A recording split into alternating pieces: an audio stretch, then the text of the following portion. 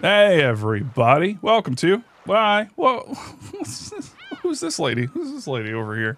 Who's this lady? I bet she likes feet. Hey everybody, welcome to more Umineko. We're doing episode 4, blind baby. Because I'm blind as a bat when I do this. I'm gonna get told to do that. Also, I'm not allowed to curse for like another couple minutes. So let's do this without freaking cursing. So yeah, to recap the last episode. Or the last chapter. I'm sorry. I keep getting episodes and chapters swapped. That freaking bites, man. I curse a lot. It's actually kind of hard. I found that when I started working in advertising that everybody swore like a sailor. So it was very nice for me. My father told me once that I would never be able to hold a job if I couldn't stop cursing, and it was like it's like No, everybody hears, yeah, they swear a lot. So anyway, yeah, so what happened on the last chapter was basically, yeah, NJ, we're getting more of NJ's timeline. A suspicious amount, an odd amount.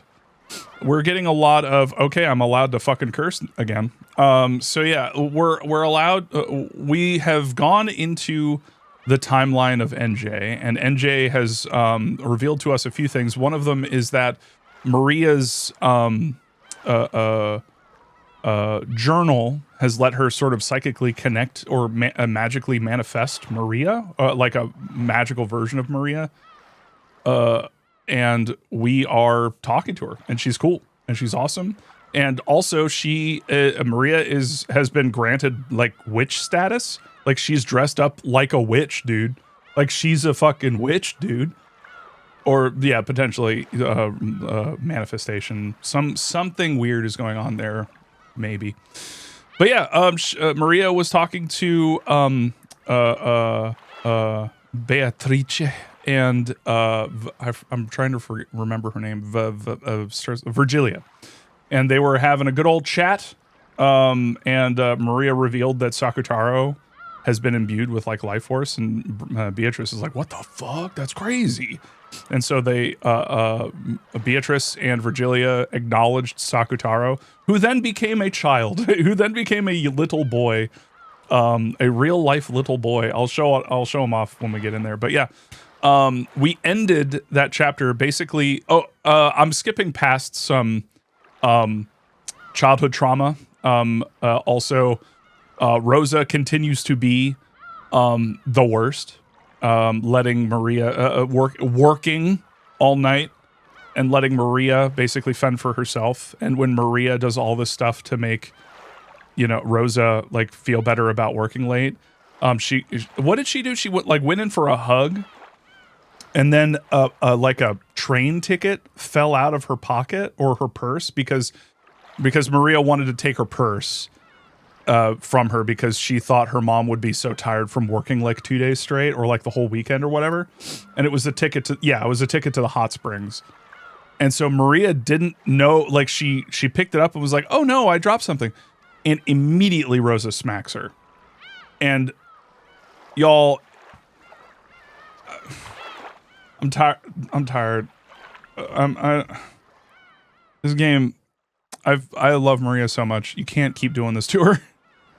And yeah, the neglect, NJ is like directly like talking to Maria about how Maria is like manipulating herself into thinking that she's like not sad when she is like extremely sad. And then Maria's like, how dare you take that away from me? And it's like, honestly, valid. Okay. Yeah. What do you want me to be sad? And it's like, damn. All right. Fuck. I didn't really think this through. But yeah. So we ended on basically NJ has come around to the idea of magical thinking or magical like sort of manifesting stuff. And so NJ has used in the future, like 10 years in the future, has used Maria's journal to and one of the last stakes to summon all of the girls. Unfortunately, All of the state girls. Unfortunately, they were not summoned with pants. We cannot find pants for these girls. It's a problem at this point. So she's trying to summon them all, and she was getting more and more tired. She had managed to summon a good chunk of them, and then collapsed from being so tired. And that's where we left off. So, Nipa. I've been there the whole time. Oh, yawn. Ack. All right, let's do it. Load, and then it was, yeah, I believe it was this one. Oh, I guess it was this one because I did save a little bit later. All right, let's go ahead and do it. Yeah, sorry that the intro took a long time. There's a lot to go over in this stuff, so I'm home. And that's your boy, and I mean, right there you get a lot. So Maria is now a full-fledged member of the Akatsuki. And she has a child now.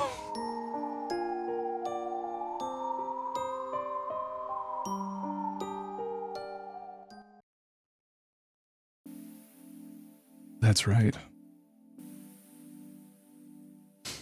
Just once in the past, I underwent training in order to step into the world of witches. I accepted that the only power that could save me from those sad, painful days at St. Lucia Academy was the thing called magic, and I received Maria's introduction to the basics. So, NJ, imagine a vast space. The scene from when I looked down at the mountain's base from a rest stop at the peak. Like this? I projected that scene from a memory into my mental world. Normal girls get over their fascination with magical girls when they leave elementary school. So seriously training to use magic at this age was embarrassing even for me. But even that embarrassed feeling felt pleasant to me now. Right then, I was learning mental concentration from Ria One-chan in order to use magic. But it wasn't going very well. It was about as hopeless as teaching a person to wiggle their ears by showing them. It seems that you need to imagine a vast space to gain the mental concentration for using magic. So I remembered the time from my younger days when my family had gone on a small vacation, when I had looked down towards the base from a viewing platform at the rest stop on a peak. And I tried painting this scene in my mental world. No. Still far too small. Imagine a much, much wider space. And create your own mental world. Your image is still way too foggy. There's no temperature in the air, and there's no wind. No smells either. The world is still very faint. You can leave those for later, so for now, imagine an even wider space. Oh boy. Oryu. Why do you have to imagine a vast space? From the time of their birth, humans have inside of them a toxin that blocks magic. If that toxin isn't purified, you can't use magic well. One effective method of achieving this is to imagine a vast space. Just now, I thought of the world as seen from the window of an airplane, but that didn't work. I can't even think of a world more vast than that. In that case, Maria just has to teach NJ about the vast world Maria has. Won't that make it easy for NJ to imagine as well? Catchphrase. That's right. And I'm interested in the kind of world One-chan imagines when she uses magic. I'll use it for reference. That won't work. The mental world must be vast and isolated. A world with no obstructions other than yourself. So if you teach someone about that world, it won't be isolated anymore. I can't help but think that the wing symbolism, like there's a lot to do with like caged birds, the golden cage. A lot of that going on here, but I also imagine that the wings are like sort of meant to tie, because I'm not entirely sure. It definitely seems to be a thematic thing, but it to me it seems like the wing is supposed to represent freedom in the form of believing in magic, possibly. Freedom to escape the bonds of like sort of realistic thinking or realism, tying people down, the ability to imagine something that isn't there. I mean, it's also like, you know, the difference between someone who describes himself more as like, how do I say this? Like someone who's more conservative, I guess, and someone who's more like liberal, I guess I would say. Not necessarily politically, but like someone who's more reserved and used to the way that things were, tying themselves to tradition, versus someone who can imagine a better world or like a different world and being more welcome to that. Safety versus like change, something like that, if that makes any sense. Conservative disambiguation. I think it represents how they're all looking for a partner. Oh yeah, that could be it too, because it's one wing. Yeah, it could be. Would you say that makes... Well, all right, let's keep going. Have we been imagining better worlds, though? I mean, that's the point of imagining a better situation, is to reflect on possible situations. That's one of the things that was interesting to me about Higurashi, which I won't get into it, but it's kind of touched on here, where it's like part of it is tackling, part of the game has to do with tackling sort of a,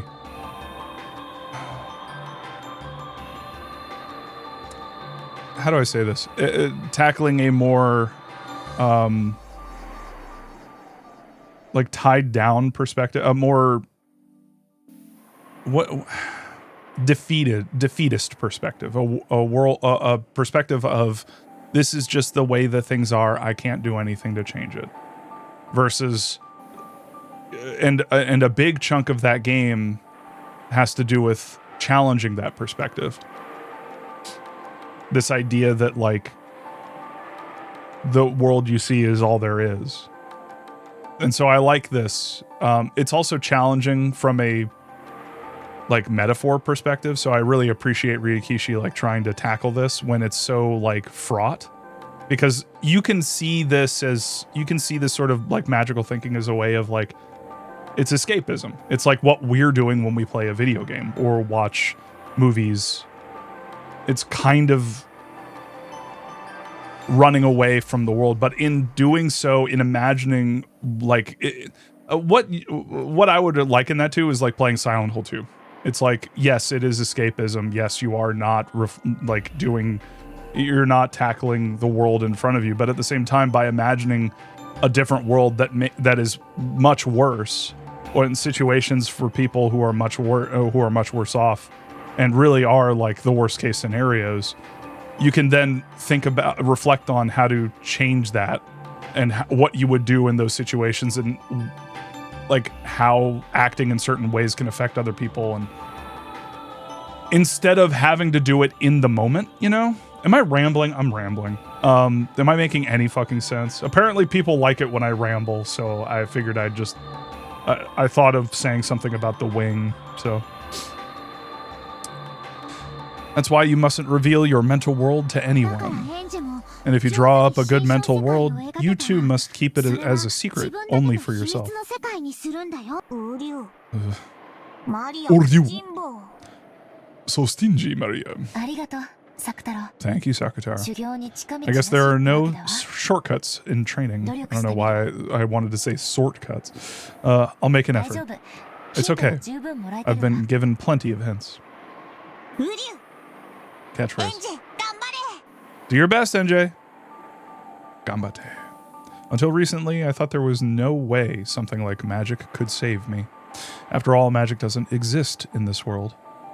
That kind of thing is supposedly nothing more than an illusion, a delusion, a daydream. However, Maria One-chan showed me that she could fill her own world with happiness using a power that's impossible for me. I used to look down on that happiness as something empty. Because I didn't believe in magic, I also denied everything else, refusing to believe in the happiness that magic gave birth to. But slowly, bit by bit, Maria One-chan's world grew happier. In the past, I had disparaged it, thinking it too pitiful to look at. But that might have been nothing more than jealousy. I was forced to admit that. And now, this was my first step in my search for happiness. A vast space. A dry wind that could blow without being blocked by anything. Let me feel that wind blowing through my hair. Through my own hair. I see. Even the ground might get in the way as I am now. Then I don't need the ground. Brush the ground away. Downwards. Downwards.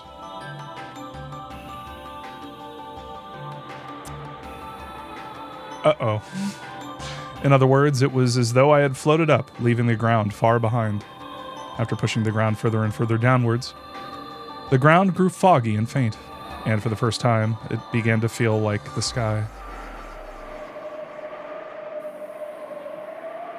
Then I understood its vastness.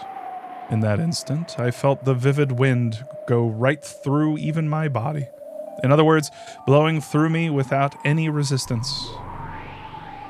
Hey, what's going on? Yes. Maintain that sensation. Yeah, I get it. I get that I've been released from all hindrances.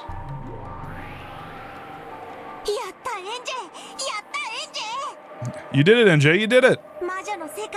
You've taken your first step into the world of witches. This is the world of witches? Yeah. Sorry, I was just thinking about something. So let's try practicing the magic that you've always wished for, NJ. Magic that'll summon friends. A magic that'll create allies who will save you from your loneliness and thereby bring you happiness. Will NJ also be able to summon friends like me? See, this is what I'm talking about, like summoning friends. Like, why am I beginning to think that this is like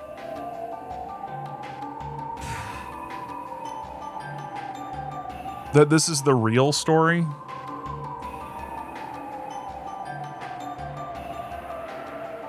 Why do I feel like everything up until now has been like sort of a mental exercise, preparing you for NJ?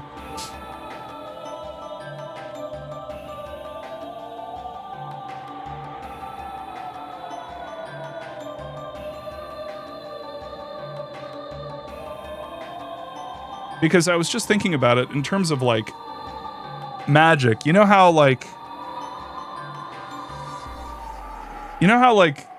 we're kind of like, oh, well, looking at this realistically, this wouldn't happen and this wouldn't happen, and we're trying to solve the murder case and all that stuff. And yet, at the same time, like, Maria believes in witches and magic and stuff, and that can't be possible. Like, that has nothing to do. There's no way. But, in a way, aren't we, the players, the readers of this visual novel, aren't we magicians? Aren't we conjuring? Like, I was just thinking about tying it back to the previous thing that we were talking about. Like, in a way where Maria is like sort of conjuring her own world and like manufacturing friends. Isn't that really just like conjuring her own entertainment? And aren't we doing so when we experience someone like a story? Like, we're imagining these characters. We're like pulled into this world. So in a way, it's kind of funny that I was so adamant about like, no, the magic stuff, it can't, like, there's no way this stuff doesn't have anything to do with anything. But the entire time we're practicing magic, you know? Everybody who plays this game is a magician, is practicing magic. We are conjuring these characters in our minds. We are imagining these vast spaces. How are we doing that? With pictures.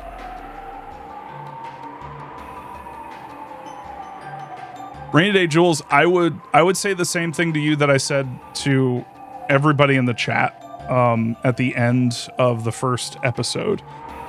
And I said this specifically to Battler, but I kind of meant it as like a broader thing. I was even also trying to remind myself for this. Leave a little space for magic. Because even though I don't think like magic... I wouldn't personally be satisfied if the true crime narrative that is being hinted at here is like, oh, magic did it. I think that I think it is a true crime narrative wrapped inside of a like meta narrative on stories, and the stories that we read and the stories that we tell and the stories that we believe and the stories that we reject.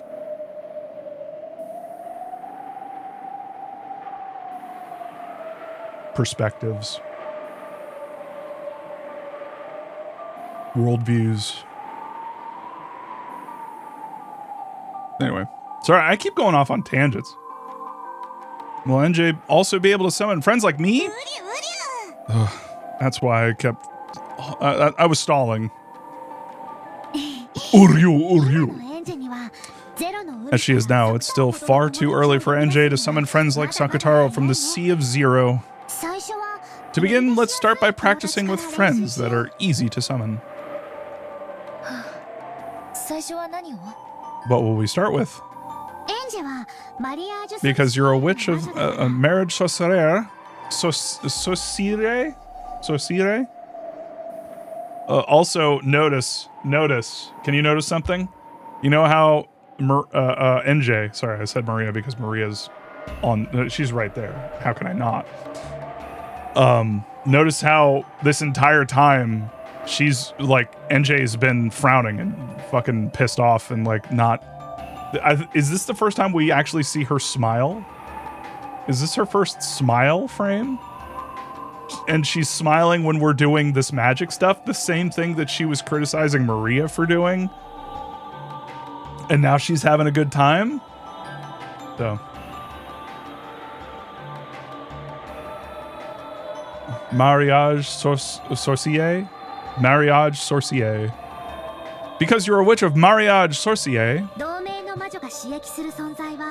you are also permitted to use those employed by other witches in the alliance. For example, Sakutaro is my friend, but since you're in the same alliance, he's your friend too, and you can summon him. You want to try summoning Sakutaro one of these days? When you're so lonely, it gets tough. I'm sure Sakutaro will cheer you up. Soka, I see. You could call Sakutaro a being employed by One-chan. A being employed, eh? It seems to me that the rabbits... Y'all were trying to say that it wasn't the case, but I'm pretty sure the rabbits were under the employ of Maria. So as a witch in the same alliance as her, it's possible for me to summon Sakutaro too. But wouldn't that mean Maria was in alliance with... Huh. Let's... Oh yeah. Forgot to do this. Yeah, it would be in Ava. Look at this guy. Look at him. Utsuki. It's this game Zuishi. Not the same. Just not the same. Maria! Does she have a tail? Oh my god, I didn't notice that. She has a fucking tail. She's a cat. Why didn't you guys tell me? Does that mean you have a tail to... Oh, wait, no. That's just the thing in the background. My bad. I was like, what the hell? Okay, they don't have tails. False alarm, false alarm. Stand down, stand down.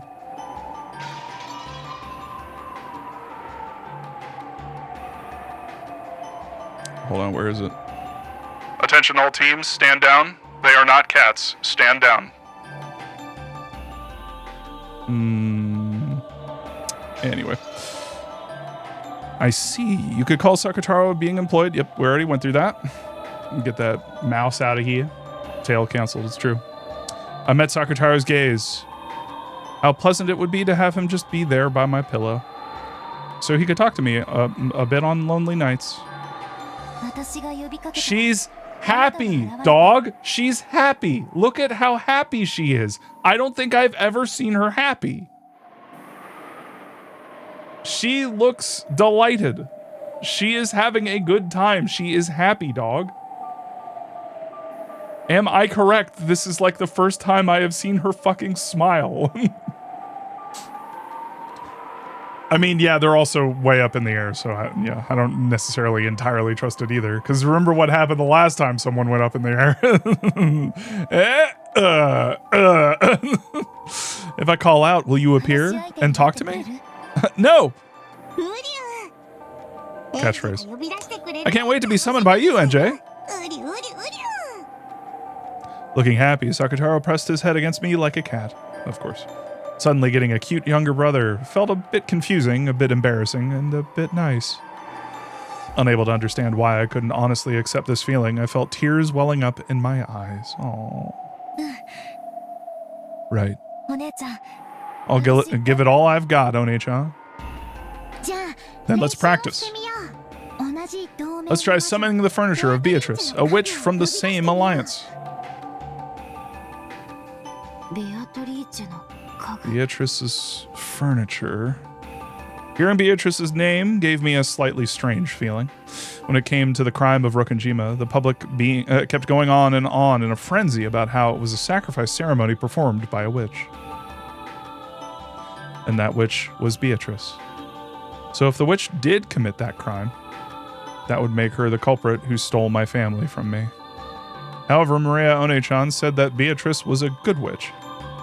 If I held negative emotions towards Beatrice, she'd get mad, leading to a nasty fight, and refuse to talk for a while.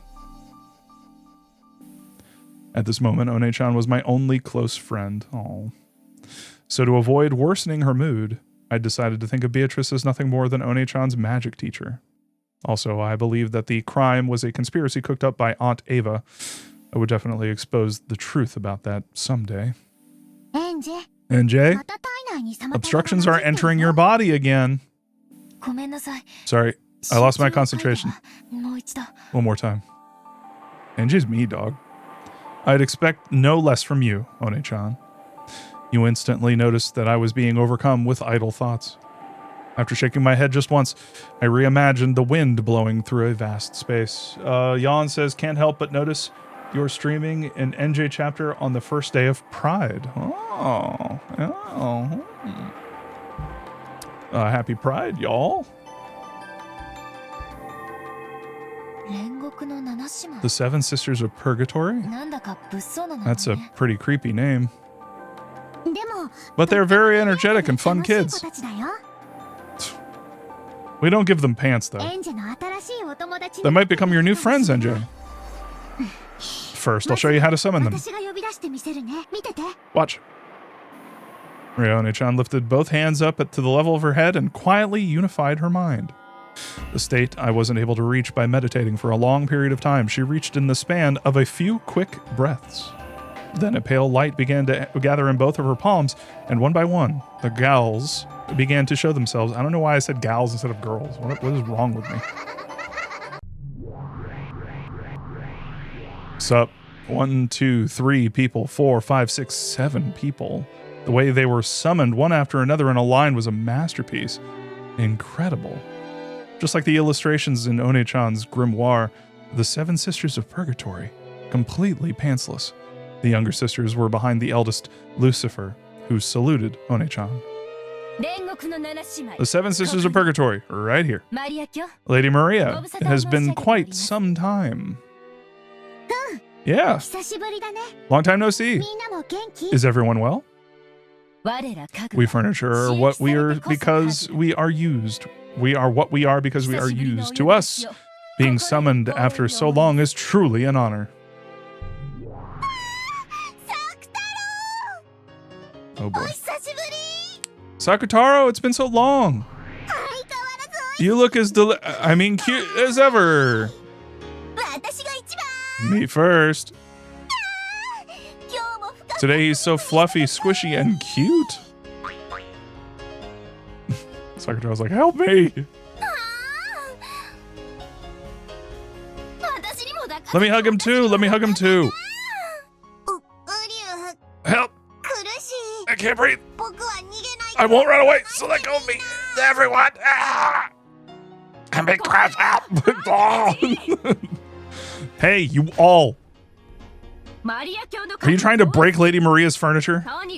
Anyway, get away from him. Hugging is prohibited. Even though you're saying that, it looks like you want to hug him the most, Satan Nay. Satan Nay. It's not like I have any interest in something so fluffy, squishy, and cuddly. Hey! Be silent in the presence of Lady Maria and NJ-sama, you foolish sisters. They were so energetic. I was shocked by their sudden outburst of activity right after they appeared. And on top of that, they weren't wearing pants. I was surprised that the innocent Sakutaro was on such good terms with the Seven Sisters. Oh, you don't know. Oh, you're just about to learn. You're just about to learn how Sakutaro rolls.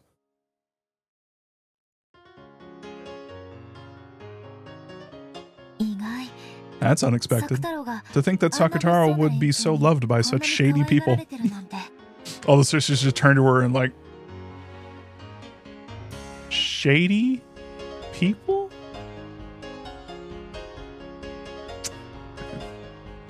Okay.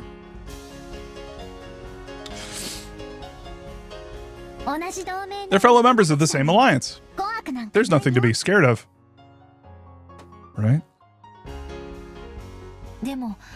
But on the off chance that their mood worsens, it looks like they could finish Sakutaro off in an instant. It's alright. The witches of the Alliance and their furniture are all friends. So Sakutaro can play without worrying. Of course, that goes for you and me too, NJ. It was one of the pacts of mariage sorcier. Mutual non-aggression and non-interference. Remember, witches must respect each other's magic and creations. Even the sisters, who were normally shady and belligerent, treated fellow Alliance members as friends. So to the Seven Sisters, Sakutaro was a mutual friend. Help. He was loved by all of them, and they were even trying to steal him away from each other. The scene as they squeezed him and loved him was a bit charming. I see. They're fellow members of Mariage Sorcier, after all. Sakutaro can hang. Yeah, absolutely. He can hang. Sakutaro can probably hang in most any situation. Most. At a glance, you'd think that Sakutaro's casual atmosphere and the Seven Sisters' shady one would be like water and oil. It looked like they definitely wouldn't be compatible, and yet they were interacting in a friendly way that it was completely natural. If this wonderful alliance could join all the peoples of the world together, I wonder if everyone in the world would be able to become friends right away. All you Seven Sisters, listen. I feel like that's being dropped for a reason. I feel like that's like, if you're in an alliance with someone, you can't. Oh.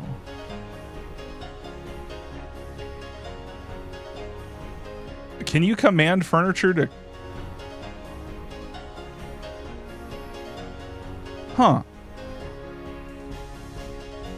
Because now that's a rule set that's being applied to the furniture in the employ of Kinzo and Beatrice. Potentially Kinzo and Beatrice. Are Kinzo and Beatrice in a pact? Because if they are, then I guess their furniture would be forced to get along. You like how I'm calling it furniture now? All you Seven Sisters, listen. Right now, NJ is in the middle of magic training, so I want everyone to lend their power.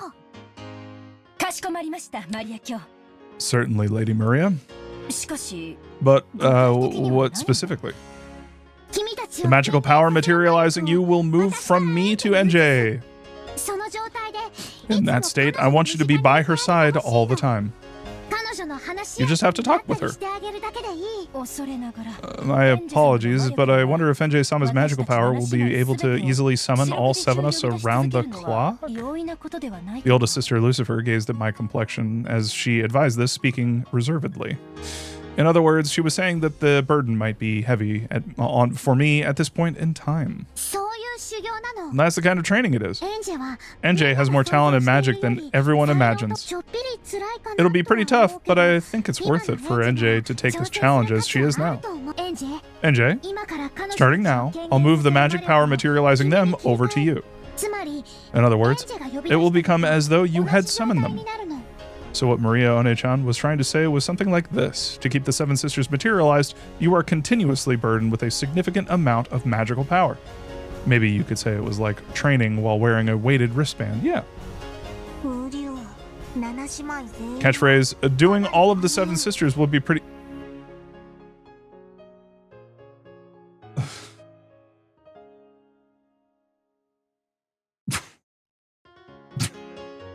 I'm sure this screen isn't used out of context ever. That's a... He's like 3.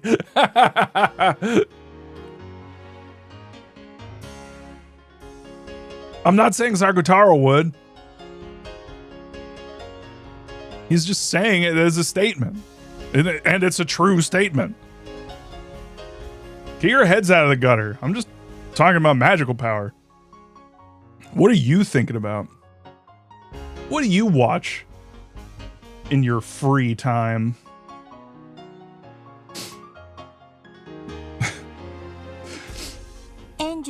Isn't that asking a lot of NJ all of a sudden?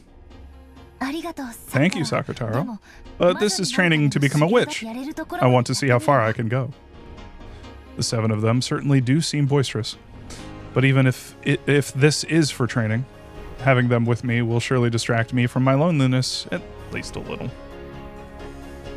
I understood it would be an ordeal, but wanted to give it a shot.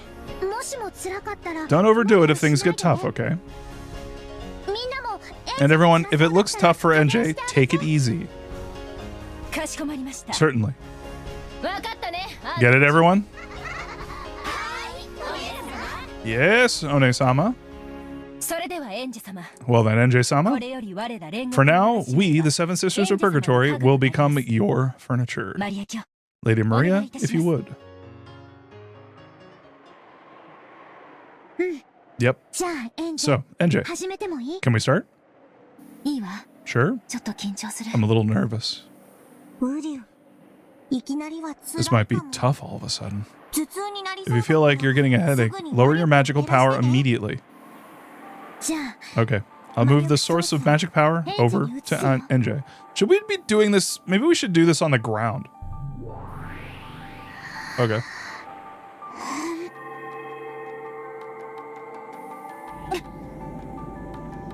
In an instant, the inside of my head felt very heavy.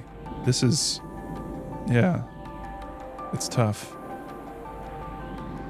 Until then, the inside of my head had only been used for myself.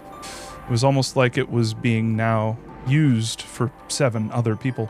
If they just stood there and blinked once or let out a single sigh, that would put a strong pressure on my head. Lady Maria, my apologies, but perhaps the burden of all 7 sisters at once might be too great after all. I'm okay. No. It won't work after all. You're using all your energy to materialize them. There's no point if this burden is such that you can't balance it with your everyday life. And anyway, this is a bit unrefined for a witch. That's why I said doing so many suddenly was impossible. Everyone erase yourselves for a bit.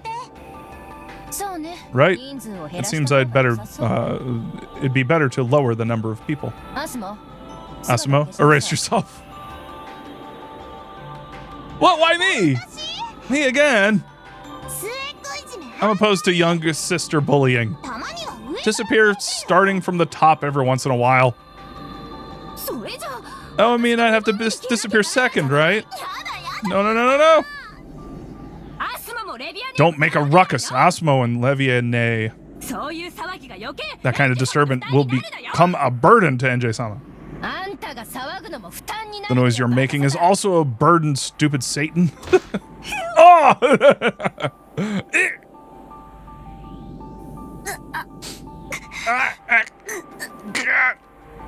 start vomiting. The seven sisters started arguing over who would erase themselves first. The energy from that fight all became a burden, forcing NJ to bear an even greater headache. Thanks. Speaking of headaches. In the end, they decided with the order with rock, paper, scissors, and 1, 2, 3 of them disappeared. But even at that level, NJ was still far from comfortable.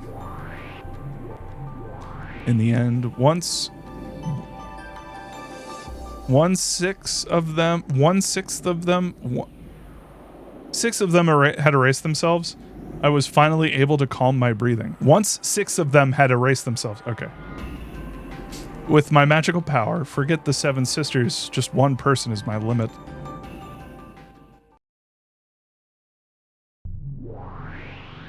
Yo.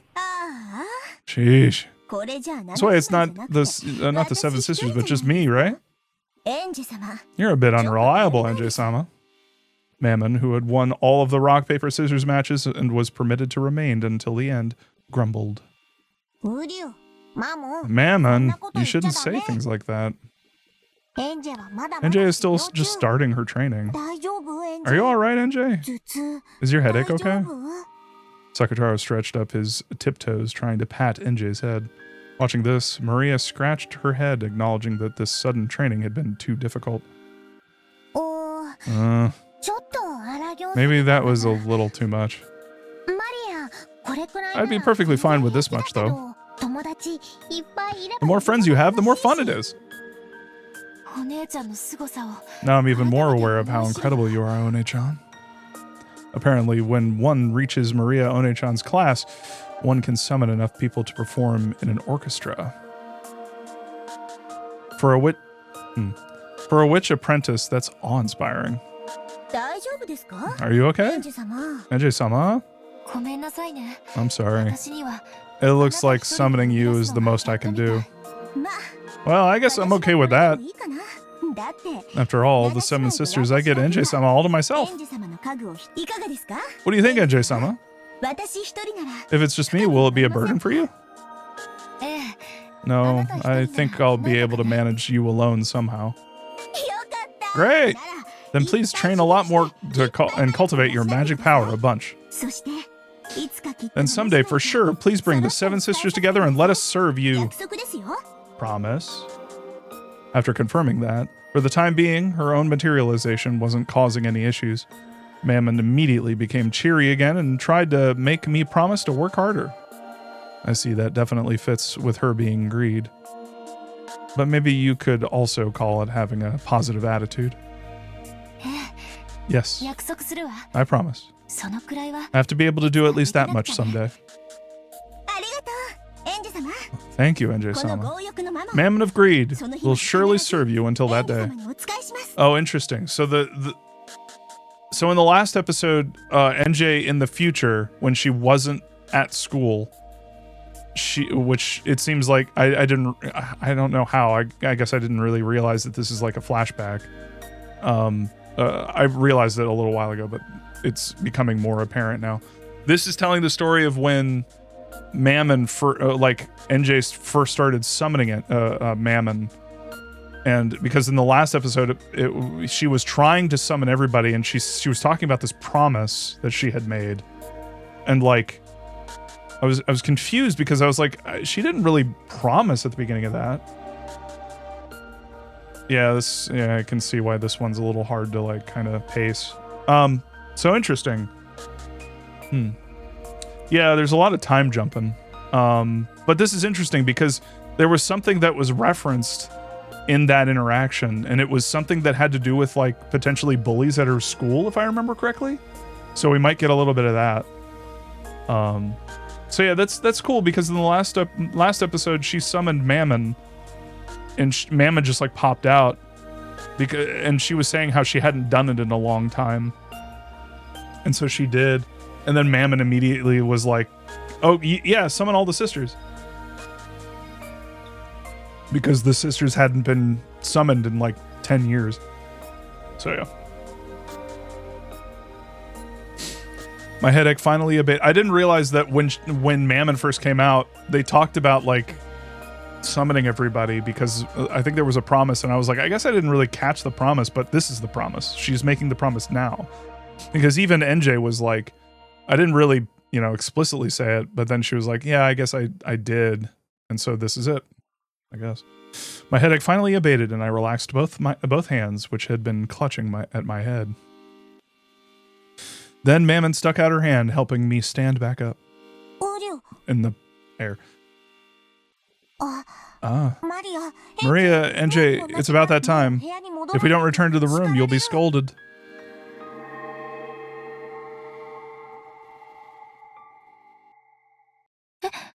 Huh? Oh.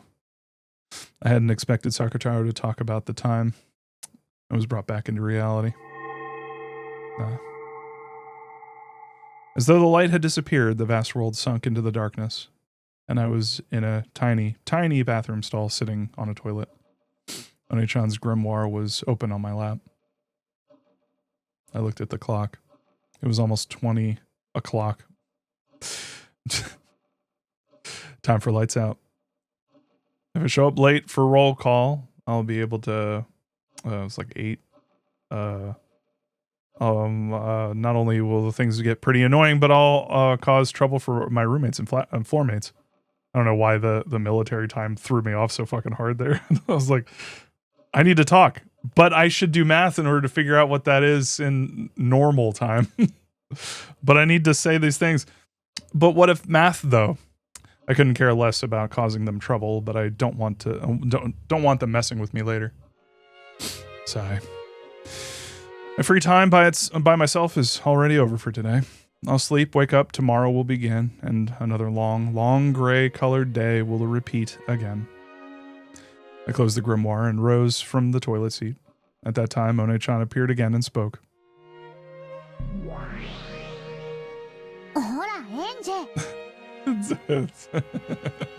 I'm sorry, this is a very funny screen. This is a very funny screen. Maria, get out of here! I'm doing a number 2. Get out of here.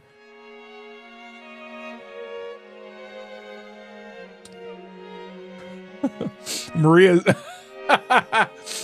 that fucking kid who doesn't know that you're not supposed to watch people poop. And so I don't know if you've ever had this where you're in a public bathroom and there's just a kid who starts crawling under the fucking door to get to the bathroom.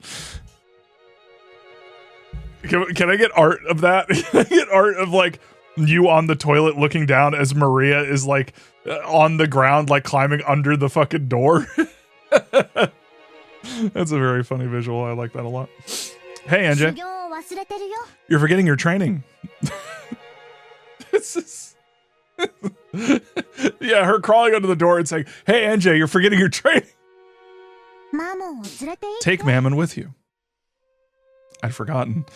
The moment I had returned to reality, Mammon's materialization had stopped. One more time, I created a strong image of the existence of Mammon in my mind. Sheesh.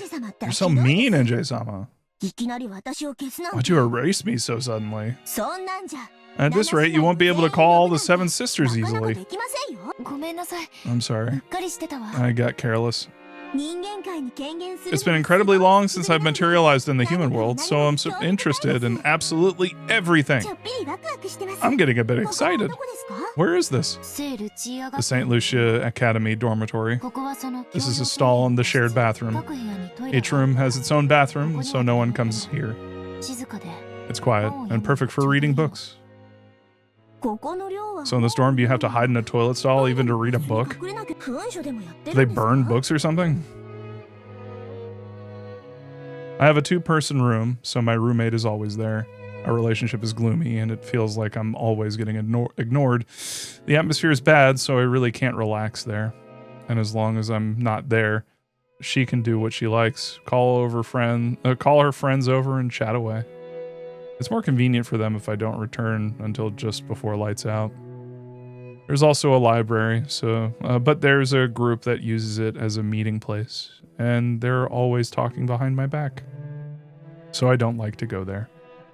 During lunch, it's the bushes behind the school building. During the night, it's the stall and the shared bathroom in the dorms. Those are the only hideaways where I can find peace. I opened the door to the stall and went out. I turned around, signaling with my eyes for Mammon to come with me. I don't really get it, but I realize it'd be hard to call this place pleasant for you, NJ-sama. Let's go out quickly. I hate the air here. It smells like shit. Really? I think the air here is the most decent. When I left the bathroom and entered the corridor, because it was near lights out time, several kids who had gone to play in other rooms were dashing back to their own. When it came time for lights out, we had to change into uniform pajamas that we hated and called prison clothes, and line up in the hallway and go through the dorm leader's roll call. On the off chance that someone was late, we would take collective responsibility and all the floor mates would have to undergo punishment in the form of volunteer work. As long as I avoided this, the girls would look at me coldly, but they wouldn't get in my way. That alone was enough for me. Wow, this fucking blows. Mammon looked at the passing kids and the furnishings of the dorm with interest. Without paying her any particular attention, I hurried back to my room. In front of my room was my roommate, who had already changed into her prison clothes, chatting with some kids from the room next door. When they noticed me hurrying back, the topic of their conversation noticeably changed. They lowered their voices, stealing glances at me. Acted like I didn't notice. Went into my room and changed. Then I hastily went out into the corridor. Everyone was already lined up. Hey, this is weird. I thought this was a school for rich girls. It's like a prison. It's stupid. You think so too? That's what I think. And unlike prison, you don't get out early for good behavior. After bad-mouthing the place, I noticed something. Having someone to listen to your complaints feels surprisingly good. That's what I'm saying. Fortunately, Mammon's form can only be seen by her summoner, me. And of course, there was no need to speak out loud for this conversation. All I had to do was speak inside my mind so no one could listen in. Magic, and the friends it creates, might actually not be so bad. All these people are sheltered brats. Feels like they aren't even alive. Stop it. If you're seen by some chance, it'll be pretty bad, right? Humans without fragments of hopes or dreams are like a lump of anti-magic. There's no way they'll be able to see me. Huh. You lower life forms can't even see. Are you okay being around so many humans with the magic resisting toxin?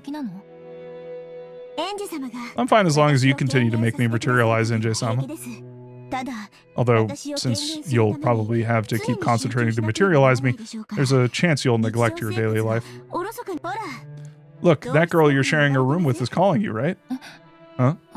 Oh. Shiramiya-san, are you listening? About our weekly duties starting next week.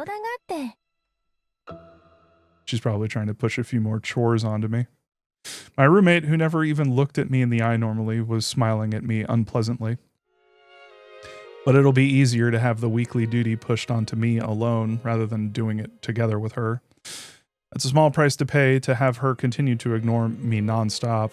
Even so, with a completely shameless excuse, she sidestepped the issue for some reason and insisting on flipping the situation around as though I should have come forward and done it of my own initiative. One of the special traits of this academy is that it's full of girls who don't know how to ask a favor. That kid. She pisses me off. She's really peeing me off. She's really pissing me off. She's really peeing me off. She's really being a B word. A bungus. I'd love to just gouge her right in the forehead. Yeah. Same. Big same. Big same, Mammon. Big same. I hope you do one of these days. Yeah. I want to kill her. Having a friend nearby all the time to complain to makes me happier than I thought it would. It really was lively with all the 7 sisters gathered together.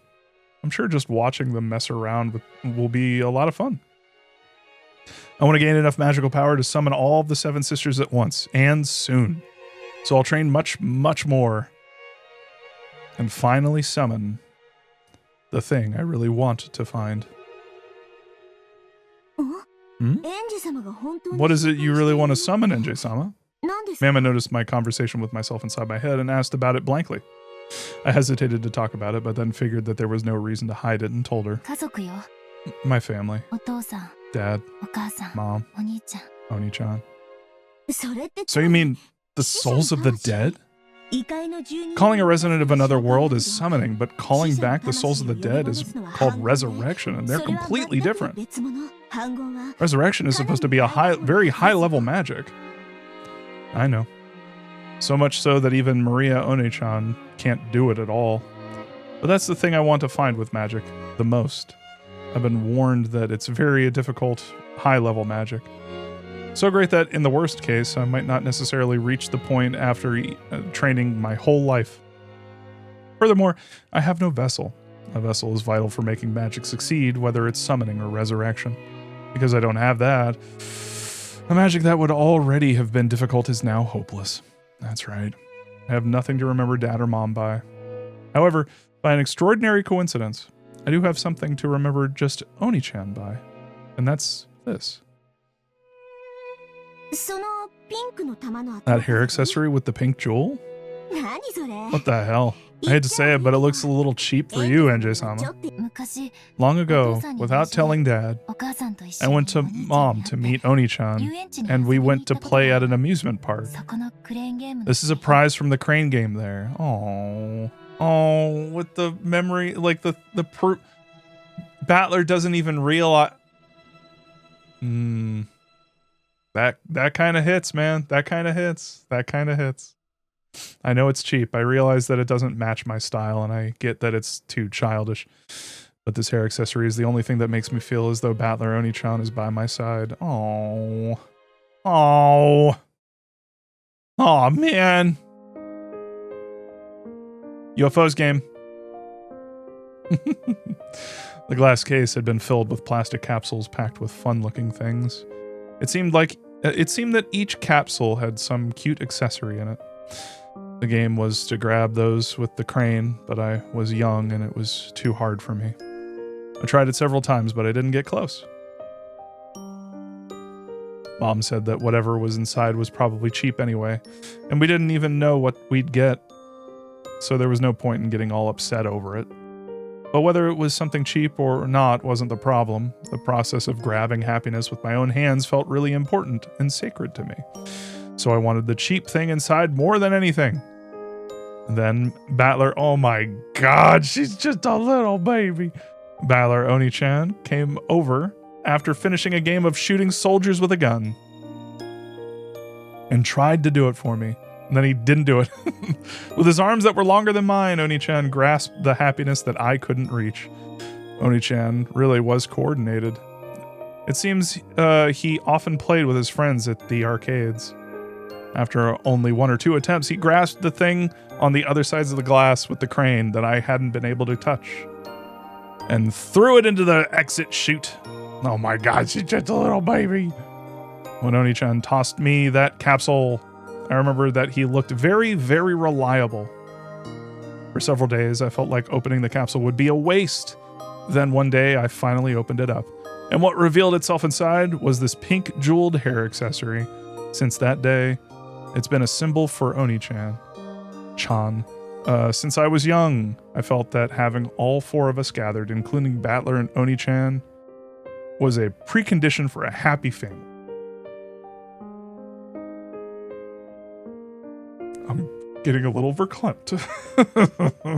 Ah, shit. No, not now. Ah!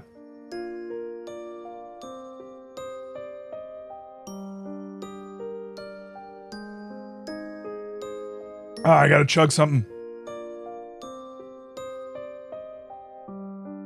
So I wanted... Give me a sec. Give me a second. Fuck. It almost happened on the last one, too. It almost happened on the last one. It almost happened. can't let my fucking guard down with this goddamn game. Fucking hell. Ugh.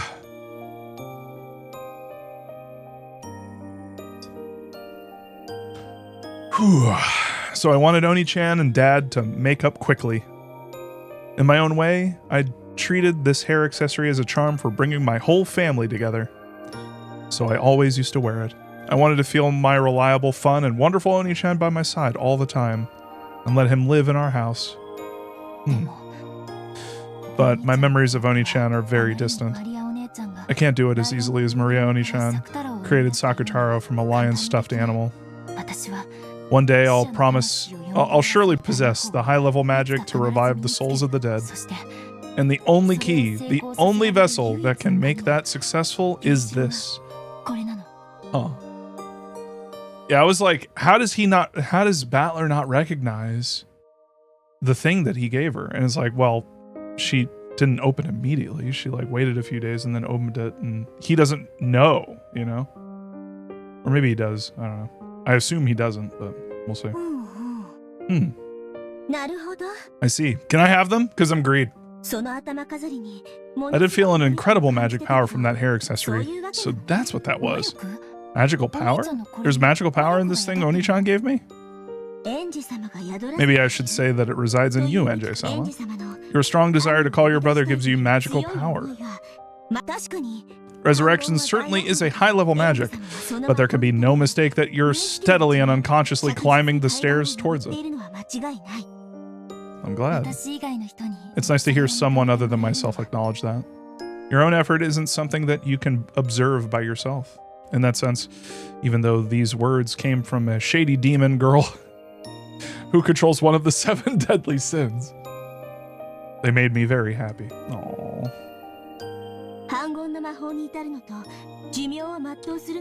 Well, I can't guarantee that you'll obtain the resurrection magic before your life is over. However, your power as a witch is proportional to the height of the mountain you dare to climb. If you don't lose heart, I'm sure you'll rival even our former master, Beatrice.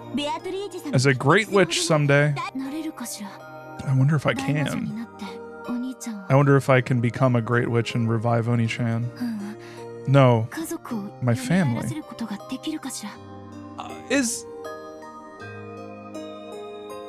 Are we getting a positive spin on Kinzo? I'm not trying. Okay. I should make it clear. I am not saying that NJ wants to, do stuff with her brother. I'm not saying that. Kinzo probably wants to do stuff with Beatrice. But I don't know. Maybe that's just, me being a piece of shit. But isn't this kind of similar? Isn't this kind of parallels that? And then George doing that with Shannon. But yeah. Huh.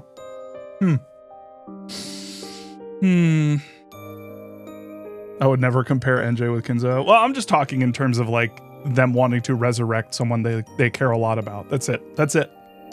And I'm not even talking about it in terms of like, I'm just thinking that's interesting. I wonder if they're going to do anything with that narratively. Again, this is my first time going through this game. I don't know where it goes. I don't know what's going on. So I'm just like throwing out arrows, man. I'm just shooting that machine gun. Yeah, heavily contrast circumstances. That's what I'm thinking. I wonder if I can become a great witch and revive Oni-chan. No, my family. The Witch of Resurrection, Lady NJ. Sticky? Kya, wonderful. A Witch of Resurrection is a very rare kind of witch. Having a master like that would make me pretty proud.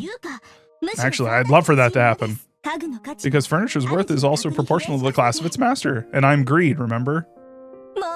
Please pass Beatrice-sama up and become a peerless great witch. As a representative of the 7 Sisters of Purgatory, I'll support you from the bottom of my heart. Ha ha ha. Ha ha ha ha ha. Ha ha. I thought that if a magical friend were to appear for me too, a cute kid like Sakutaro would be best. But even this fifth sister of the shady seven sisters who controlled the seven deadly sins was enough to calm my heart so much all by herself. Maria Oni-chan has probably known that since long ago. That's why she recommended the world of witches to me over and over and over again. And I kept on stubbornly rejecting her. I should have given in and started my training as a witch sooner. A year for a child is worth 10 years for an old person, right? Now I find my past self, which only ever complained, deplorable for wasting my precious time. Long after I turned off the lights and slipped into bed, Mammon continued to talk to me alongside my pillow. Aw, I promise. One day for sure I'll develop a magical power that can summon the seven sisters. And I'll let them have a lively and fun time. The seven of them making a single whole. None can be left out. Family must be together. I must bring them together. Honk shoe, honk shoe. Oh, okay. Huh? My awareness began to return slowly. Unable to stand watching Aunt Rosa and Maria One-chan's relationship, I ran away from Beato and Oni-chan's game, didn't I?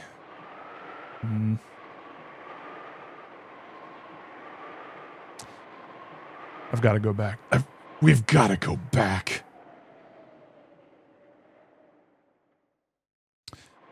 I've got to go back, support Oni-chan, and quickly bring him back from the strange world of the witch's game. After all, as long as I'm here, I'm not allowed to call myself NJ. At that time, I felt someone's presence. Yo! When I turned around, I could see Mammon there. Gretel-sama? Beatrice-sama said that if you do not return soon, it will become a hindrance to the progression of the game. I beg that you return swiftly. Thank you. I'll go back now. Isn't it great? What is? That you were able to meet Battler Oni-chan. Is that sarcasm? Well, if that's how it sounds, feel free to call it that. By the way, what's sarcasm mean? I'm sorry. I should have taken it literally. Yeah, you're right. Even in this screwed up world, being able to meet Oni-chan makes me happy from the bottom of my heart. That's why I'm smiling so big. And you'll win against Beatrice, for your Oni-chan's sake? Yes. Can't have him playing around in a world like this forever. It's about time for him to return home. That's why I came to call him. Please do the best you can. Although I can't support you since my current master is Beatrice-sama. I know. Until October 5th, 1986, you are Beatrice's furniture. And eventually, you'll become my friend. But eventually, you'll throw that friend away. After all...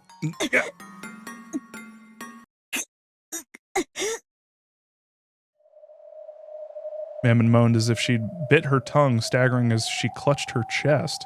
Apparently the rules apply to people other than me as well. Are you okay? It's pretty painful. Excuse me. Gretel-sama? No. Thank you. I'm glad. Glad I was able to meet Oni-chan. That's my answer to your first question. Well, let's go back. If I grumble too much, you'll get in trouble with your current master. Yes. I'm glad you understand. Well then, Mammon? Huh? I'm sure Mammon was about to say, well then this way. But then she stopped, as though the film had been torn off at that point. It looked like she's suddenly frozen. Then I noticed she wasn't the only thing that had frozen. Even the air and floating bits of dust and frozen in this place. Bits of dust had frozen in place in empty space. Beatrice.mp3 started playing. A world where it seemed even time had frozen. Yes. This looks like a portent that Burn Castell will appear. But the atmosphere was different somehow. Then I understood. It wasn't Burn Castell. It was the other witch. Oh, Lambda Delta. How are you feeling, NJ? Lambda Delta. Rules don't apply to you, do they? Of course not. Rules exist to bind others. Not me. What kind of idiot would bind themselves with them? Castell is a witch who supports me, but this girl is different. This witch supports Beatrice. In other words, she's a being on the opposing side. But there was some kind of difference between her and Beatrice. Even compared to Castell, there's something strange about Lambda Delta's existence. It's, how should I put it? Maybe she's like a being from a higher dimension. In any event, I was still unsure about how to deal with her. The only thing that was certain was that she was my enemy. No, just knowing that might be enough, but... So, do you have some business with me? Not really. When I listened in on your conversation, it started to get a bit interesting. I thought I'd let you hear something good. You're supposed to be my enemy. I can't think of any reason for you to tell me something that'd help me. So the moment I start listening to you, I lose. Bye. I like that that's her catchphrase. It's just the, see you next time. Don't misunderstand. My opponent is Burn, not you. In other words, it's possible for there to be a topic that benefits both you and me.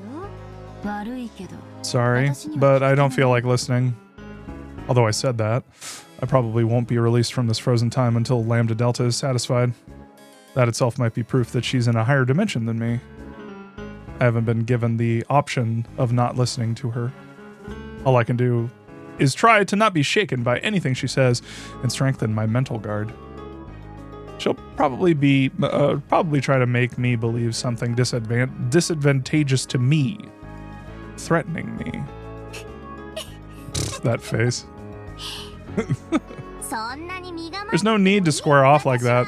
I just came to resolve your misunderstanding. No, that's not quite it. I came to let you know about how the lie Castell told you.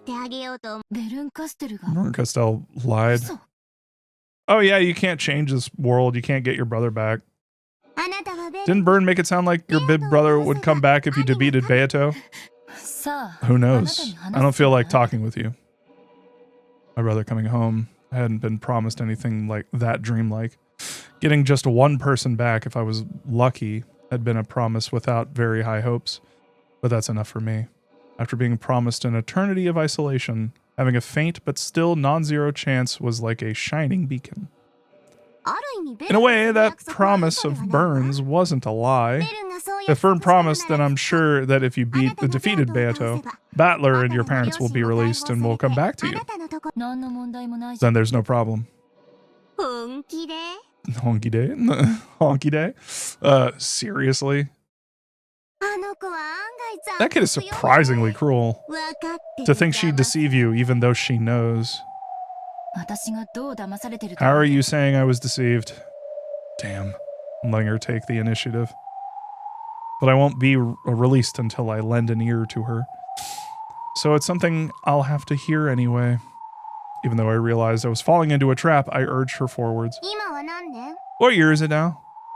You're talking about the world of the game board? In that case, it's October 4th, 1986. That's right. So if you win against Beato, then on October 6th, the typhoon has passed. The people who were trapped on the island will return. On October 6th, 1986, that is, right? So what? How was your October 6th, 1986? You were at your relative's house, right? I'd been at the house of the only Sumidera my mother trusted, Grandpa. We got a call. When I was playing with building blocks in the tatami room, we got that call. After watching to make sure that I'd remembered, Lambda Delta laughed unpleasantly and spoke. Hey, on your October 6th, 1986, did Battler Oni-chan come home?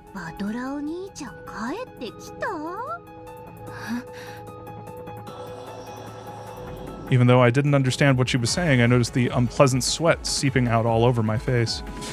I don't get it. I don't get it. What is this witch saying? See? If you defeat Beato, Battler will certainly be released. And he'll probably return home. To his home in 1986. After all, that's how it is, right? Battler was locked up from the 4th to the 5th in October in 1986. It's only natural that he'd return the next day if he were to be released, right? And you're a person from the year 1998. You're Ushiramiya NJ of the year 1998, where Battler did not return. Know what that means? What are you talking about? If my family came back home on October 6th, wouldn't that be wonderful? I'd come home from Grandpa's house right away.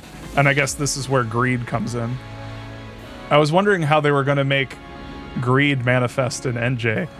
And having this time split and wanting, like, doing this just for a version of herself that didn't have to deal with that might be enough. But with that sort of, I can see why you would want to be like greedy about that and want that for you, you know? Still, it's not like, anyway, we'll keep going. And then we'd meet. Everyone would be happy. Yes. Ushiramiya NJ probably would be reunited with her family. The 6-year-old Ushiramiya NJ from 1986 would, right? Who am I? Ushiramiya NJ. An 18-year-old one. No, that's not it. You aren't Ushiramiya NJ. You're a witch's piece with that name. Strictly speaking, the name NJ Beatrice belongs to a completely different person. Know what that means? I don't really get it anymore. I mean, you could view it as like Bern Castell going into the future to pluck the version of NJ that had a very unfortunate like history and then using her in the game to win it and then sending her back without her brother. That's kind of fucked up. I don't really get it anymore. Huh? Who am I? Huh? And that's why I think Bern's cruel. No, I think she's a meanie. Especially since it's not that like she hasn't gone through the same thing herself. Am I being tricked somehow? Yeah, but please don't blame Bern, okay? After all, depending on how you look at it, the kid ain't lying. If Beato is defeated, your family will be returned. Returned to Ushiramiya NJ. But she probably didn't say that this Ushiramiya NJ would be you, right? Was it like that? What was it like that? What did Bern Castell say to me again? Your assistance is required. Your family needs it. Bern Castell started by saying that. Then I spoke. If I save them, does that mean my family will come home? And how did Bern Castell answer that again? I cannot promise that.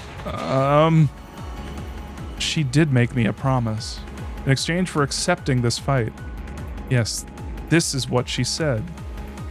In exchange, I will search for a fragment with the ideal world that you wish for. A world where your family comes home. Yeah, that's right. She didn't say any more than that. She'd look for it. She didn't say she'd find it, but I was prepared for that from the beginning. But even so, that child promised that as long as I didn't give up, there was a faint chance of it happening. And in the end, she said this. I'm giving you a chance for revenge. In exchange, I promise to search for and bring you the happiest resolution among the possibilities you're capable of accepting. I know it was a tough bet from the very beginning. After all, I have no family in my 1998. Even just a small chance of shaking that absolute zero would be worth it. I was warned beforehand that even if I succeeded in my revenge, it might be a wasted effort. So, yeah, there's no lie in that part. Beato's game board is perfect. Even having you around, Makes the chances of Beato losing so slim that it's doubtful you could even dream of it happening once in your life. In other words, your chance of winning is almost zero, so absolutely that it couldn't be regarded as infinitely close to zero. So Byrne can be forgiven for saying that part is in such an evasive way. But I can say for sure that she was tricking you when she let you get your hopes up.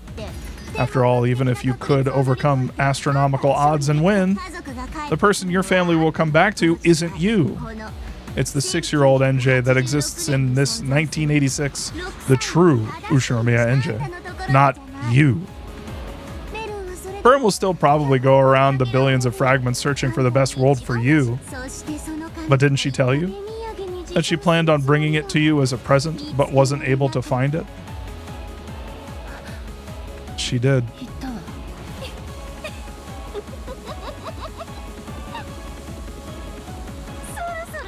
You're finally starting to notice, aren't you?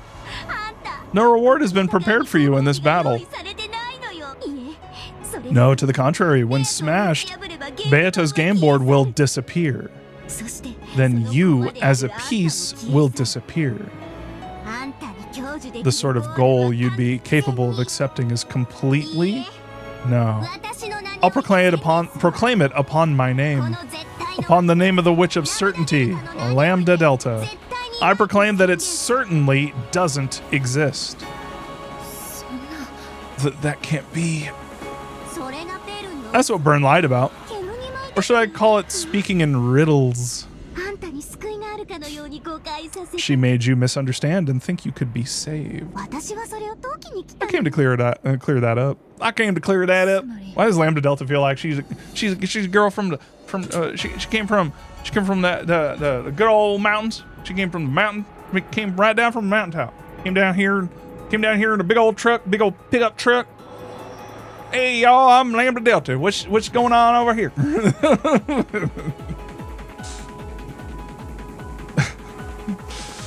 In other words, no matter how hard I fight, no matter how hard I pursue victory, my family won't come back to me. Yeah, that's right. They won't come back with certainty. All right, I'm going to do it. I'm going to stop doing it. They won't come back with certainty. The Witch of Certainty says it with certainty. Oh, it's the face. Isn't this incredible? Several ancient kings have dedicated historical buildings to me because they wanted to wanted me to give them certainty.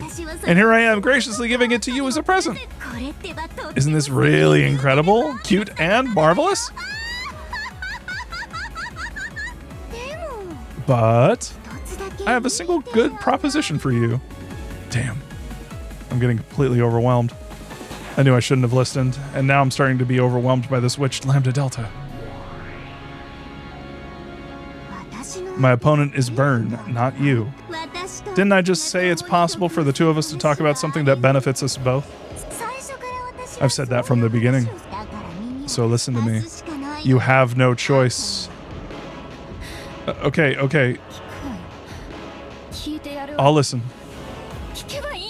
I've just got to listen, right? I finally lost control over my emotions and exploded from the inside. I don't have a clue anymore. I believe that I was NJ. But at some point, I stopped being NJ. That's right, I'm NJ. NJ. Not NJ. Who am I? I'm not my parents' child, nor my brother's little sister. I'm just a piece in a witch's game. There's no need to be so pessimistic. I mean, think about it, okay? Right now, you're together with Battler Oni-chan. While it's true that you can't tell him your name, at least your position isn't his ally in a game where he battles a witch. And you're able to be with him for all eternity. Know what that means? I can't stand it. But I understand. In other words, as long as Oni-chan keeps getting in a tie in this game, it will continue forever. Continuing to tie means continuing the game for eternity. And it means that I can remain with Oni-chan as a piece. But if Oni-chan wins or loses and the curtain closes on the game, you as a piece will disappear. How do you define happiness for a game piece? Getting used by someone playing the game? Nothing more? You won't find it when the game's shut in a closet gathering dust, right? In the past, the Seven Sisters of Purgatory said it as well. Furniture's happiness comes from being used, not being stored away. That's right. I am now the witch's furniture. Let's change things around a bit. To be honest, I want this game to continue in a tie for all eternity. An unending game is an eternal cage. An absolute closed room that never opens for all time and that'll finally make Vern surrender. You know, Beato does want to win a bit. Victory by making Battler surrender. But that's actually a problem for me. After all, if the game ends, the closed room will fall apart. So I'll go easy on Battler a bit to stop him from surrendering. Don't worry, okay? When Battler's about to surrender, I'll become his ally. But you know, I get the feeling that Beato is faintly starting to realize... I think she's starting to realize that her victory won't come for all eternity in this game. But she is, of course, the Endless Witch. Beato's stupid. So she optimistically thinks that even so, she'll surely win eventually. Like she just has to repeat this game on and on endlessly. Of course, pretty much all blondes are morons. Giggle, giggle.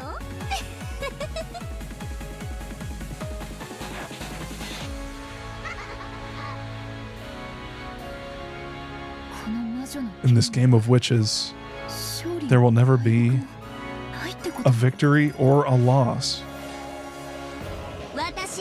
I won't let her win, and I won't let her lose. With certainty. Vern noticed that. So she looked for the most powerful piece for breaking that deadlock, found you, and threw you in. To make this game end, you see? To make this game end? What's a piece's role when the game ends? I'll state it clearly. Your existence is a contradiction. Your reason for existing is to bury yourself in the darkness and despair. My goal is to defeat Beato and release my captive family. And yet, even if I succeed, I won't be rewarded. You cannot lose, and you won't be rewarded if you win. So I've brought you a third choice. And that choice will make our interests coincide. Continuing the tie for all eternity. Yes. As long as the tie continues forever, this world will not crumble. What is this world? It's the world of the game with the witch. A world where Beato and Battler fight for all eternity. And at the same time, it's a world where you get to be with Battler for all eternity.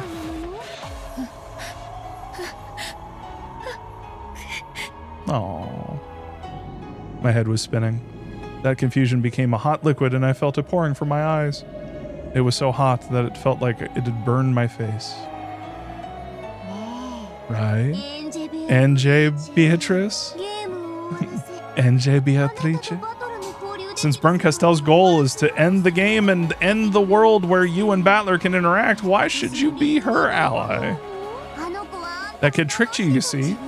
She made it look like you might be saved if you become her piece. But I won't deceive you there. So I'll say it, NJ. Become my chess piece. Unlike Bern, I won't offer you rewards based on lies that certainly will never be granted. As long as you become my piece and help me so that this world certainly never ends. Then, with certainty, I'll swear upon my name that this world will certainly continue. That's not all. I'll add a bonus. This rule that binds you, I'll clear it away for you. Well, of course, I'll only do it for you if you've sworn to become my piece, okay? In my own throat, there was a thick, loud gulping sound. I shouldn't have listened. If I hadn't listened, I could have remained an innocent little sister praying for my brother's victory. But I might be different now. I might have been degraded into a witch's furniture.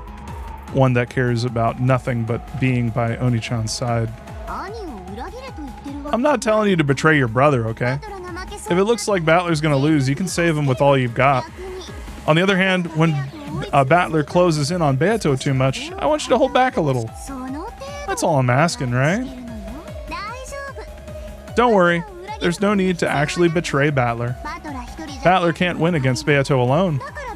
That's why Burn threw you in, you see? As long as you don't lend a hand, Battler will be unable to win against Beato for all eternity. See? It's really simple, isn't it? Ho ho ho ho. Oh my god. Oh my fucking god. This fucking lady. Oh, yep. Okay. Alright. Rip. Burn and Lambda passing NJ back and forth covered in hickey. Oh my god. Yeah, that was interesting. Oh boy. Oh boy. Alright, we're gonna go ahead and save. Are we gonna keep going or? Yeah, that was a chapter. Just the one? Okay, alright. And then book club on book club on Wednesday, yeah?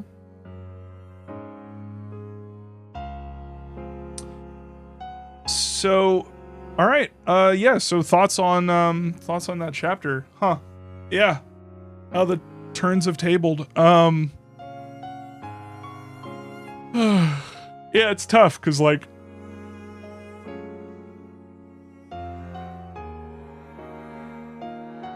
I get the feeling that this game is going to end with like I've had a feeling about this for a while, but like I had a feeling that it's gonna end with like, hey, we're gonna be here for all eternity or some shit. Because it works really well as like a metaphor for the game and like the puzzle and the game and trying to solve it and win. And like it is the game itself. It is the game, like the fucking like file that we're playing, you know? And the whole line about like the game gathering dust in a closet, it made me think of like the file just sitting there on Steam, like unopened for like a decade or two, and then like opening it back up, and it's all of these characters again. You know, it's all of the stuff that you remember from like however long ago. Because I think that works really well, but that is that's like. I don't know if I like that, you know? I like that I don't know. It seems like kind of a curse. And I totally get where where NJ's coming from. I'm just happy NJ has someone to talk to now. That girl I'm also I got kind of the vibe. I don't know if this is true. Definitely let me know, but I got the vibe that not every girl in her dorm is like a piece of shit. Like her roommate sounded like, I don't know, the way that she was being talked about, like she was being presented in a very specific way, and even Mammon like called it out, but like I think it'd be interesting if like she's seeing things from a very specific like perspective. And I don't know, it makes me feel better if like her roommate was literally just like not a piece of shit and maybe was trying like to just talk to her. And but anyway, it makes me think of a world where, you know, she can like talk to people and confide in people, but also it's like, you know, they did say that she was being a piece of shit, so I don't know. Anyway, boarding schools turn people into demons. Yeah. So I'm not gonna like push too far on that. It's just coming from a place of like, damn, I really wish NJ got treated better and had friends in school and stuff. You know, boarding schools suck. I've never been there. I can certainly see how they could be. But the baby NJ from Discord. Oh my god, the little baby. Bit NJ. Wait, where is it? Oh, there it is. Oh, baby. So cute. All right, we'll end on this. Oh, no. Oh my god. Oh, baby. Oh god, so cute. But yeah, my take on NJ. I think NJ is really interesting, and I really like. I'm really interested in how this like goes. I really like her. I like her as like onboarding for someone who isn't like me, who isn't necessarily inclined to be the magical thinker, you know, who isn't like, oh yeah, these things are like, it's all coming from a magical like place and all that stuff. But NJ's really good at being like the person who's like reasoned and logical, but then also open. Like she's the perfect middle like ground for in between Beatrice and Battler. So like, I also just think she's I just like her. She's got a cool attitude. She's just like a fucking no nonsense. Like I just like characters like that. But yeah, Lambda Delta, interesting. See, this a lot of how I feel about that whole section, it kind of hinges on like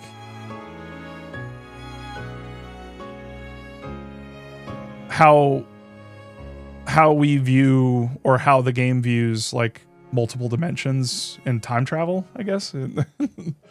Because if this is like, I guess based on the whole fragments thing, when Beatrice, when Berg Castell said that she was like searching for a world for NJ. Like that makes me think that multiple dimensions are a thing, and like what, I forget the exact type of like time travel it is, but it's like the splintering kind, where it's like one decision like splinters off and makes a whole bunch of other, you know, fragments. And in that way, there are so many, it's like it's like an infinite number of like fragments. Because if each fragment is determined by choices, then it's like almost like, so in that way, it's like, yeah,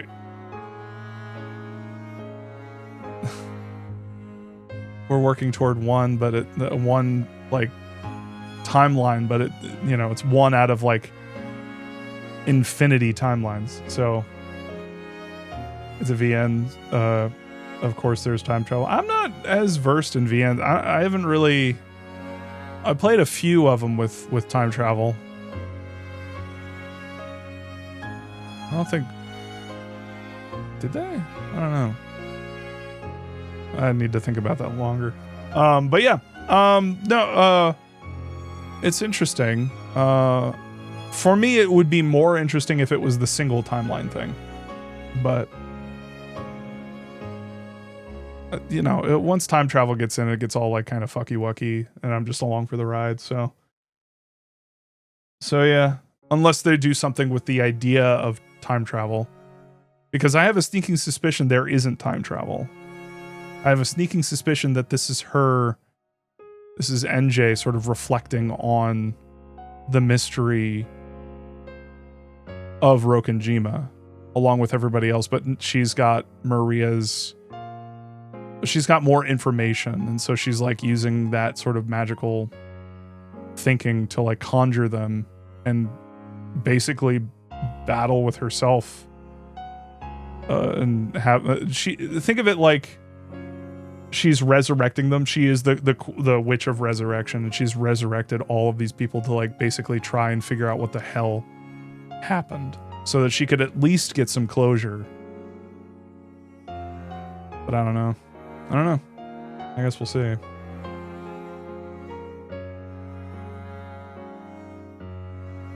Well, iCat, I was trying not to talk about Higurashi specifically. We could talk about that later. I don't want to spoil anybody. Who doesn't? Yeah. Who didn't play that? So. Broken. No, we're gonna end it, Broken B. It's all good. So yeah. Yawn. I don't know. Lesbians at boarding schools traveling through time. Okay.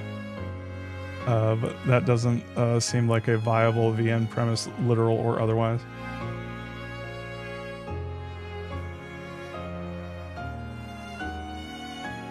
All right. Yeah. We'll go ahead and reconvene in a couple days. Thanks everybody for joining. That was a lot of fun. It got weirdly. It punched me in the gut out of nowhere. That was fun. Always like to choke back tears on a fucking stream. It's always a good time. But yeah. I'll catch you all in the next one. See you in a couple days. Bye. Goodbye. Goodbye. Goodbye, kids.